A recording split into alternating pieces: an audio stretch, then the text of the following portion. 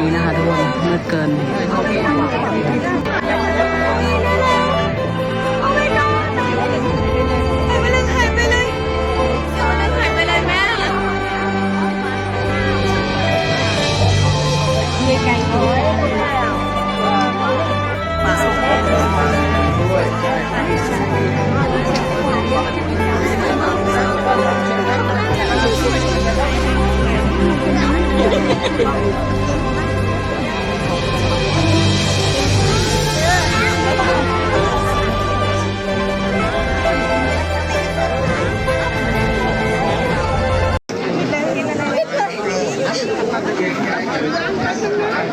ร้านนี้เราเช็คให้เราให้ดูใครที่ยังไม่กินไปพอแล้วนะครับไม่เป็นไรสักครู่หนึ่งไม่ใช่กล่องบางอันน้ำขาว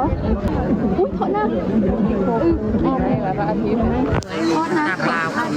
ดูด้วยตาเปล่าอันนี้คือซูมสุดแล้วนะคะทุกคน ขอดูด้วยตาเปล่าก ำลังจะลงแล้ว อุ้ยโทษนะกลับบ้านมันมืด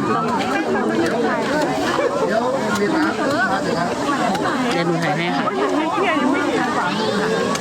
ชื่อซูมไม่ต้องเซ็นก็ได้ถ้ามันชัด